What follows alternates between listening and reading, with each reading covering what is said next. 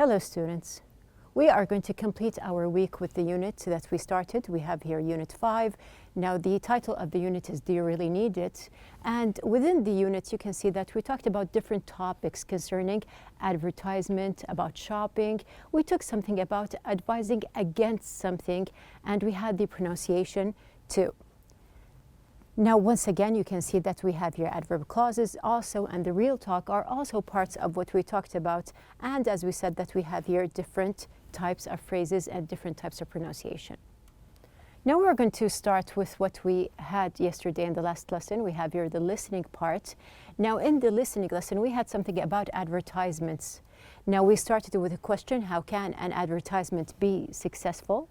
So this was about mainly talking about advertising techniques in a lecture. Now within the advertising techniques that we have here, we said that we have bandwagon technique, the anti-bandwagon technique, the endorsement and emotional appeal, which we matched with the different types of advertisements. So we listened to a lecture about advertising techniques, then identified the kind of technique each product uses. You can see that we have here the different products. We have the Sparkle Bright toothpaste, which takes the endorsement or uses the endorsement technique. We have here the Dew Top Cola using the bandwagon technique.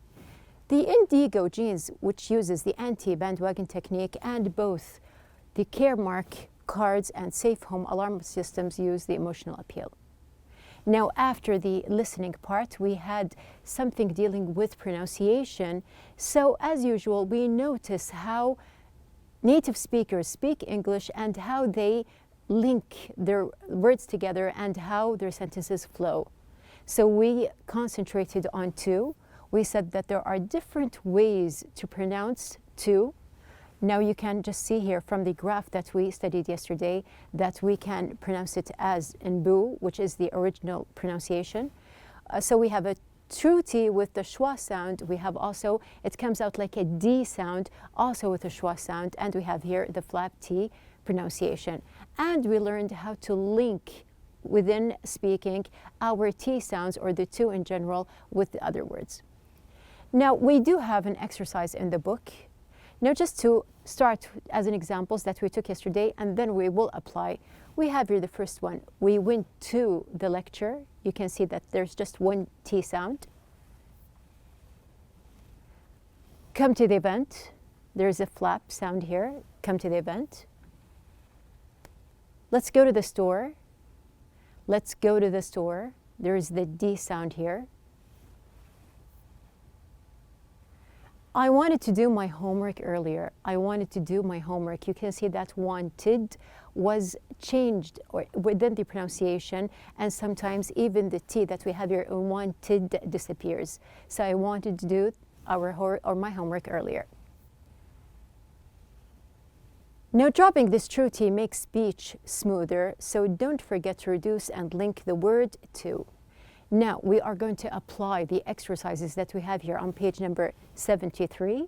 You are going to listen. So I have someone who had applied these sentences, and you are going to listen how she applied the sentences in the book. So you have your sentences, you have the exercise, the complete exercise in the book ready on page number 73. Listen to how the speaker pronounces the two. Good morning, and welcome to Advertising 101. You are here today because you want to learn the secrets behind how advertisers sell to consumers. Because viewers admire and want to be like the person, they may want to use the product. The advertiser tries to get the viewer to respond to the commercial with some kind of strong emotion. The advertiser wants the consumer to associate the product with the emotion.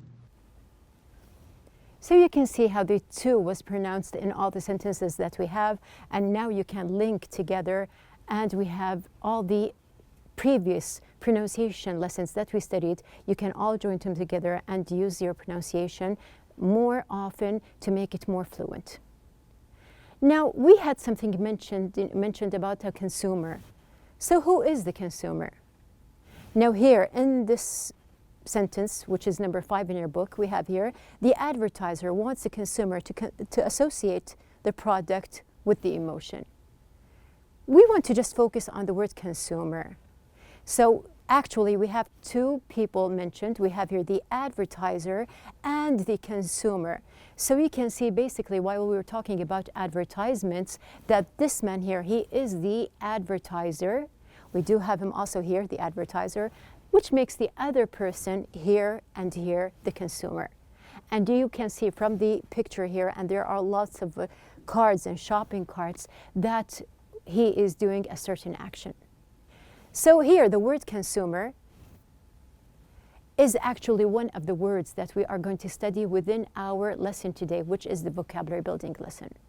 So moving on within our unit, we have reached the vocabulary building lesson here.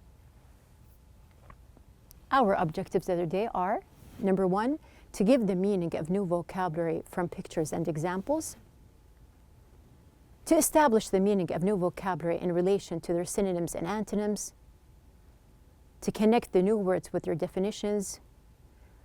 Number four, to form sentences using the new vocabulary. So we're going to move on with our lesson here.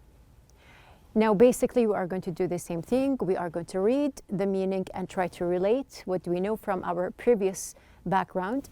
We are going to go through the meaning in the context. We are also going to ask if you need a classmate, and you can discuss together as well. And of course, we're going to get hints from pictures, synonyms, antonyms, and explanation.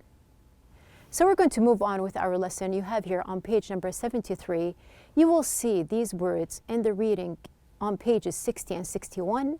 Match the words with their meanings. So please open your books on page number 73, and we're going to start with our exercise. So you can see first of all that we have here the exercise. Just to read, what do we have here? We have the first word, consumer, exposed. Number 3, we have logo, simple word. We have number 4, outlandish. We have number 5, spontaneously, and we have number 6, unconventional. Now we do have the meanings here. We have the first one, shockingly strange or unexpected. We have B, design symbol of a business or a product. We have C, without planning. We have D, different from what is typically expected. E, a person who buys things or services. And we have F, left unprotected.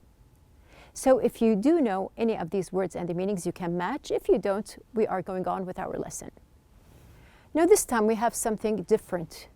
We are going to see what is the word. We are going to also see what is the classification of this word. And we are going to see also what is this usually, this word usually used for. The type, is it for a person? Is it for a thing? Sometimes it can be for all four. We have here the person, the thing, the place, and action. And we're going to give hints by giving synonyms or antonyms and also related words. So we're going to move on with our lesson here. Now you can see that we have something different just to change here and play a game together. So we're going to choose first of all.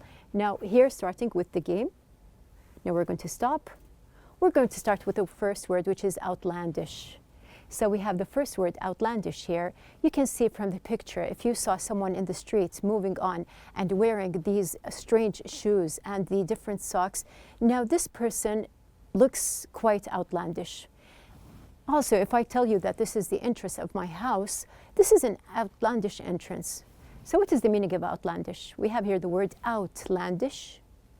Here I described the person, or I described the entrance, which makes it an adjective. It can be used for a person, it can be used to describe a thing, to describe a place or an action as well. Now, to give you a close synonym here, I can say that it is very close to something that is strange or weird. And we can relate it also with idiosyncratic. Do you remember idiosyncratic from the lesson that we took, listen and discuss in Unit 4, when we described the toys, Andy's toys, that they are idiosyncratic. So we have here the first one, which is outlandish. Now going back to our game here, now let's choose another word. We can see that we have here Spontaneously. So moving on to spontaneously, we can see that we have here now someone who is free. Now there is no thinking here. You can see that there is someone we can relate to playful. We have here feeling, open, curious, wild. Now all of these words can be associated to the word spontaneous.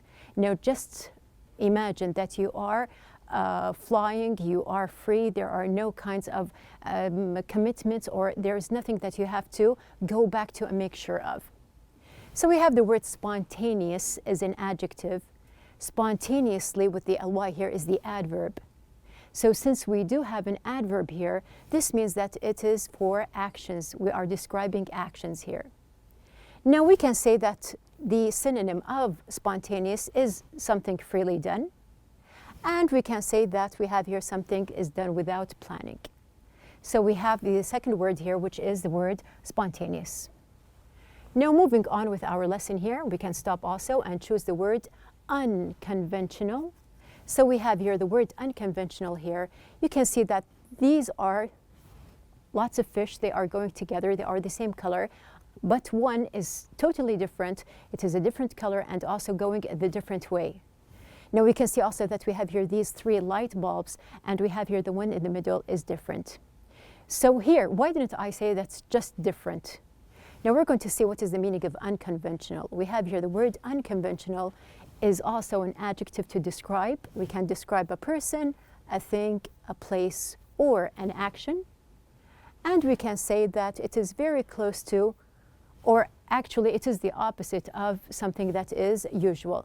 So here we are relating between something that is different but unusual at the same time. So this what makes it the unconventional meaning here. And we can relate it to our strange word, which is outlandish. So you can see that unconventional is very close to outlandish, but outlandish means that something is stranger. Now moving on, we have finished 3 words. Now we are going to see what else do we have here. We have the word exposed. Now we have the word exposed here. Let's just see here. Now we have here, you can see that there is a wire that is open, that is exposed. Now here, this can cause some kind of danger. Also, if you have any kind of device and the device is open, it's exposed, here it can be also something that it will be damaged. So there is a threat that this device will be damaged or a person might be hurt. But that's not always the case, because sometimes you have something like this. We have some advertisements. Now we can just tear the paper to see what is the advertisement that we have here under it, which doesn't have any kind of danger in it.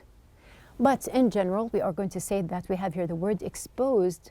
We are describing the wires here, that they are exposed, or the advertisement that it is exposed, which makes it an adjective. Now we have here, this adjective can be used for a person, a thing, a place, or an action. I can describe an action as an exposed action, or a place, an exposed place, or even a thing. Now also we have here something that is the opposite of exposed here. We can say that covered is the opposite of exposed. So we have here something that is exposed is something that is uncovered. And we have something also related, which means dangerous. Now just put in mind that there are a lot of things that might be exposed and might be dangerous at the same time. Now moving back, we have finished 4 words. Now moving on to see what we have left. We have the word logo. Now when we see the word logo here, which is actually a very simple word here, you can see that a lot of products, they do have logos. Now you can see these are different logos here. Now we do know that a logo is a noun. This is a logo. It is usually used for things. We have here, it is very close to a symbol. We can say that this is a kind of symbol, and we can relate it to brands, because usually brands, they are the things that have logos. Now going back to our last word, we have finished the part. We have unconventional, exposed, and logo. We have passed by outlandish, spontaneously, leaving us to our first word, which is the consumer. Now this person is a consumer, and also consumers can be online. So we have here consumer here. We can say, of course, that it is a noun. This is a consumer. Now, of course, it is used for a person. Now we can say that the synonym of consumer is customer. And we have here related words is buying. So both the customer and the consumer, they buy things online, or they can be also in shops or supermarkets, shopping malls. So it depends on where you are. So we have completed our 6 words that we have here. Going back to our basic exercise that we have in the book, page number 73, we have here the first word, consumer. Now you can relate to the words that we have here. We have consumer, we can relate to a person. So we have here a person who buys things or services, which makes consumer E. Now something that we said that is exposed, we can relate from the words that we have here with the word unprotected, which makes it a little bit dangerous. So we have here F for exposed. Now logo is simply related to one word, which is symbol. So we have here design symbol of a business or a product, which makes logo B. Outlandish. Now we said that we have here several times, I repeated, that outlandish means something that it is strange. So we have the meaning shockingly strange or unexpected. So we have here A. Spontaneously is doing something freely or without planning. So we have here F is with C. And unconventional, we are left with D, and actually have the word different is our key word. So different from what is typically expected. We have here unconventional is D. We have completed our exercise, but as usual, I tell you, always try to relate. No, always relate and connect with examples. So I'm going to give my own examples here, and you can see how I used the words in other examples. Now here I'm going to talk about Ahmed. Ahmed is a professional logo designer. He comes up with unconventional designs for his clients.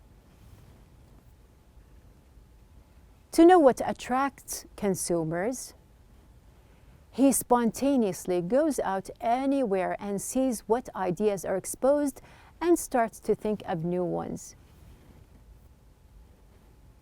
Once he needed to go to shopping at a supermarket. He saw an outlandish stand that was advertising a product. An idea struck Ahmed as he looked at the stand, so he quickly left to work on his new design. He was so excited he didn't realize he left without even buying what he needed. So you can see from the whole example here that I have a complete story. The complete story here, I use the 6 words that we have learned within our vocabulary building. Now, I want you to prepare for page number 74 and 75, which is our reading lesson.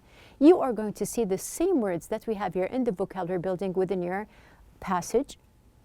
And we do have here an assignment for you. Make a list of all the places you see ads in your everyday life.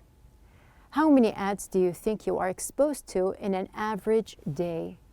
So we have here, these are the assignments. Just think about different ads, and also how many do you think you are exposed to? And we are going to discuss this part, inshallah, in our next lesson, which is the reading lesson. So at the very end, we have our outline for the day. We recognized the words and recalled previous meanings. We also understood in the comprehension part some words from pictures and others from synonyms and antonyms, and connected to other different words. And at the very end, we connected to definitions, and we related the words to different examples and personal experiences, like the example that I gave you about Ahmed. So this is our lesson for the day. Be prepared for our next lesson, which is the reading, and keep on thinking about advertisements.